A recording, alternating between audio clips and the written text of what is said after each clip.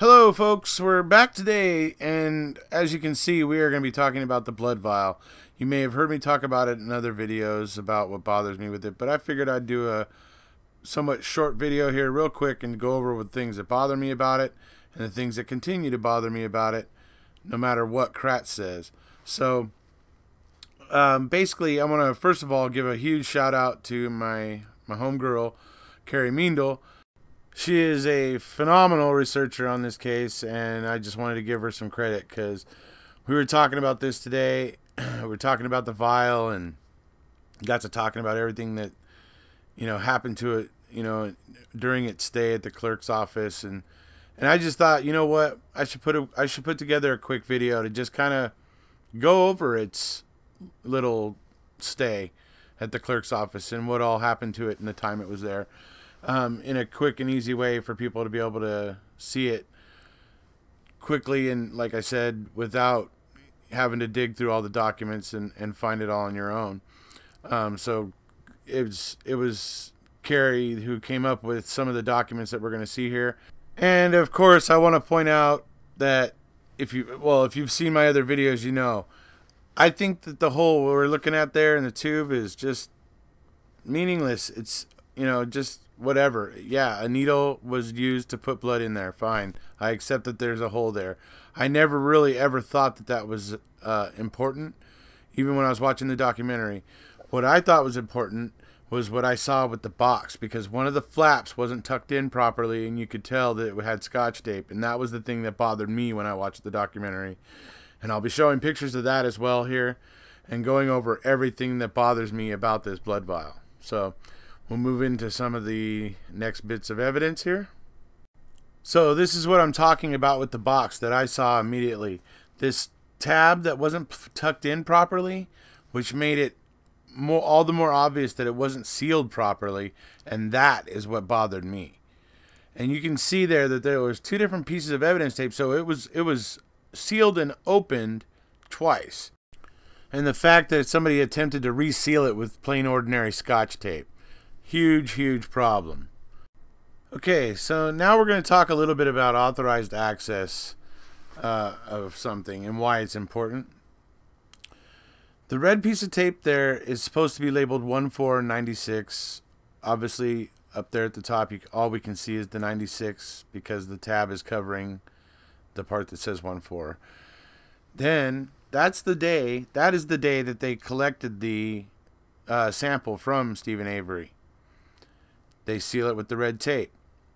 Then later on 3/13 of 96, they break the red tape, open it up so that they can take a sample of it for a test or whatever. And then of course they reseal it with that clear tape and date it 3/13/96. It's initialed. You can see down at the bottom of the piece of tape, it's initialed by somebody who, obviously was in charge at that time. And that is standard operating procedure because, hey, don't you want to make sure that things like people's blood aren't just lying around and you can have at least some way of knowing if people access something when they shouldn't have, especially when it's something as important as somebody's blood. I mean, this is just common sense. This is just like, duh. So now we are going to go over the blood vial's little, journey and then stay at the clerk's office. So now let's step back in time to the time about 11 years ago. The defense requires us to do that. 11 years ago this month, the defendant's blood was drawn as part of a post-conviction relief motion process. Blood was drawn from the Fox Lake Institution. Marlene Cranes, M. Cranes, the name in the paperwork, drew the blood. It was sent out for analysis by LabCorp, analyzed and eventually returned to the clerk of court's office, where, as far as anyone knows, it sits until June 19th of 2002. The day the file is examined by the district attorney James Fitzgerald, Wendy Paul of the Innocence Project, and 2 or 3 others, presumably at the request or order of Judge Hazelwood, the original trial judge. The box was apparently resealed with nothing more than Scotch tape at the time. At the time, the blood was not sent with the fingernail clipping and the one unknown pubic hair for analysis. It remained with the clerk of court. So the interesting thing here is he says, I love, this is Fallon, by the way, talking. He says they're apparently resealed with nothing more than Scotch tape. He realizes what a problem that is. That's why he words it that way. He's just, I guess, trying to nonchalantly play it off.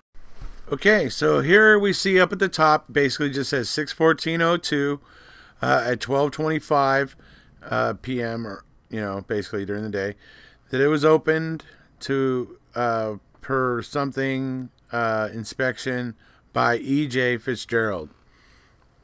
Then it moves down to the second line where it says blood 6/14/02, same day with the time of 12:27, basically a couple minutes later.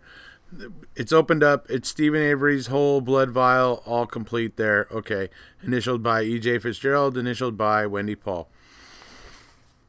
So the thing is here, people, is that this is an authorized entry. The Innocence Project's there and everything. Why is this guy this DA not resealing it with evidence tape? I mean, what possesses this man to not protect this sample? And why he uses plain ordinary Scotch tape as we see here. This Scotch tape is not dated. That Scotch tape may not even be the Scotch tape he put there.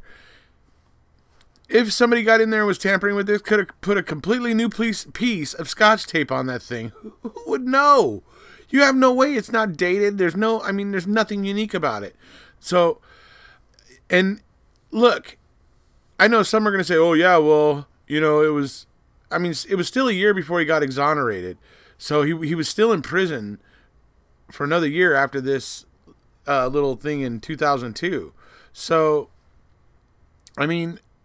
why would you want to take the risk of somebody being able to monkey around with this sample of blood? It's somebody's blood. This is a pretty serious matter. Why would you be? I can't. It's unconscionable to me that this DA resealed it with plain ordinary Scotch tape and thought that was just good to go. Okay, good to go the way it is, no problem. That's ridiculous. It doesn't alleviate any of our concerns about this blood vial, really. I'm not saying 100% it was used, but I'm just saying that Kratz saying that the fact that there's a hole in the top means nothing. And would it surprise you to learn we have another lawyer connected to this case that went in front of the OLR?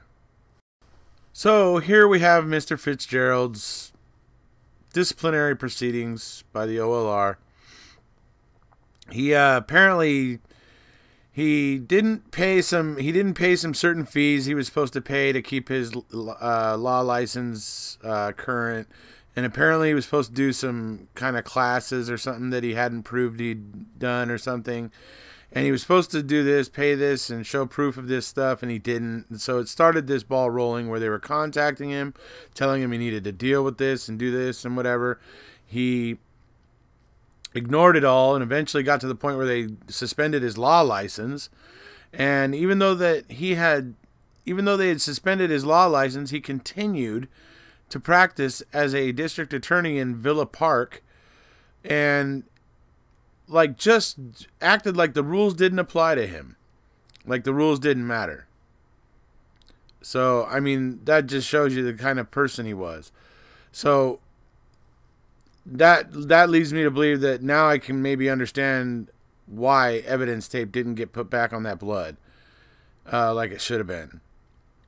This guy obviously just felt like it wasn't necessary and didn't need to follow standard operating procedure or generally any kind of rules. And what they ended up basically finding is that the license of Edward James Fitzgerald to practice law in Wisconsin is suspended for the period of 90 days effective October 31st, 2007. Is further that Attorney Fitzgerald comply with the provisions of SCR 22.6 concerning the duties of a person whose license to practice law in Wisconsin has been suspended. And within 60 days of the date of this order, Attorney Fitzgerald shall pay to the Office of Lawyer Regulation the costs of this proceeding. If the costs are not paid within the time specified, absent of the showing of this court an inability to pay those costs within that time, the license of Attorney Fitzgerald in the practice of law of Wisconsin shall remain suspended until further order of this court. So basically he better pay. So that's the deal with Fitzgerald. He, obviously eventually found himself in front of the OLR, answering for his basically disrespect, his disregard for the rules and regulations that govern lawyers in Wisconsin. So anyways, so we're going to go ahead and go over this one more time. We know that on 1/4/96, the blood was drawn from Stephen. We know it was put into this container and it was sealed with the red tape, labeled 1/4/96. So that prevents anybody from getting into it between the time it leaves her hands and gets to the crime lab who tested it. When the crime lab tests it, they put it back in, they put the clear tape on, and they label that tape 3/13/96. Now, that prevents anybody from getting in there and messing with it between 3/13/96 and the date of, in 2002, July 12th, I think it was, of 2002 or whatever. That prevents, if anybody got into that box between those dates, the tape being broken would let people know that happened. Which then brings us to James Fitzgerald. So what happened here, it just boggles the mind. This is fully authorized. There's no reason why he couldn't get evidence tape to reseal this. And you add to that this box and everything was stored in a box with Avery's file in an unsecured area at this county clerk's office after Avery was exonerated, because a lot of people kept in and asked for Avery's file a lot, so it wasn't locked up. And thanks to Mr. Fitzgerald, it only had plain ordinary Scotch tape. It's somebody's blood. That's something you want to make sure people don't mess with. It boggles the mind.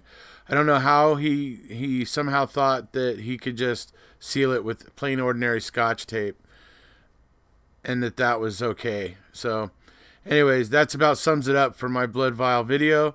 Those are my issues with it. If you haven't already, please hit subscribe.